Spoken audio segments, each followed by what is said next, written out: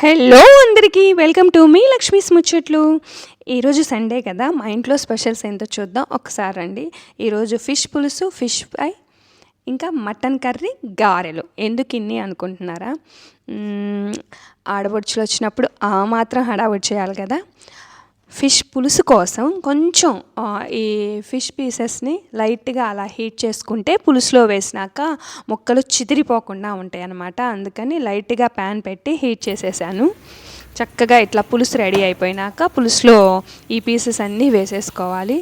Just 10 మినిట్స్లో fish పులుసు ready అయిపోతుంది అన్నమాట. చూడండి, రెడీ అయిపోయింది ఫిష్ పులుసు. ఇది ఇప్పుడు తిన్నా బాగుంటుంది, ఈవినింగ్ అయినా చాలా చాలా బాగుంటుంది. ఇకపోతే ఇది ఫిష్ ఫ్రై కోసం అన్ని ఇంగ్రీడియంట్స్ వేసుకున్నాక జస్ట్ 2 స్పూన్స్ పల్లి ఆయిల్ కూడా యాడ్ చేసి చక్కగా ఇట్లా మిక్స్ చేసుకొని మంచిగా ఒక 1/2 అవర్ అలా పక్కన పెట్టేసి ఇంకా చక్కగా ఫ్రై చేసేసుకోవచ్చు అనమాట. ఫ్రై 2 రకాలుగా చేసుకోవచ్చు. బండిలో ఆయిల్ పెట్టుకొని ఒక్కొక్క పీసు అట్లా వేయించుకున్న చాలా బాగుంటుంది. నేనైతే ఇలా ప్యాన్ పెట్టేసి జస్ట్ 2 స్పూన్స్ మాత్రమే యాడ్ చేసి ఫ్రై చేస్తున్నాను అనమాట. చాలా అంటే చాలా టేస్ట్గా ఉంటుంది ఇలా.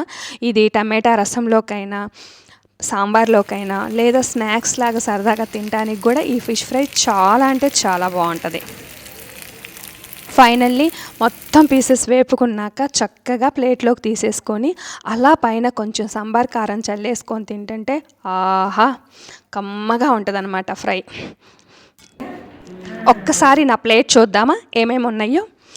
చక్కగా బ్రౌన్ రైస్, ఫిష్ ఫ్రై, పచ్చిపప్పు, మినపప్పు పప్పుతో వడలు వేసాను. ఈ వడల్లోకి మటన్ కర్రీ అయితే అద్భుతంగా ఉంటుంది అనమాట. సూపర్ ఉంటుంది. ఇంకా ఫిష్ పులుసులో యాక్చువల్గా తలలు తినరు కదా చాలామంది, కానీ తల చాలా బలం. నేను చాలా ఇష్టంగా తింటాను అనమాట. చాలా టేస్ట్ ఉంటుంది. ఇది ఈవినింగ్ అయితే ఇంకా టేస్ట్ ఉంటుంది.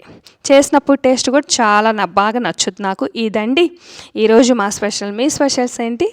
వీడియో చూసిన ప్రతి ఒక్కరూ లైక్ ఇవ్వండి. Thank you.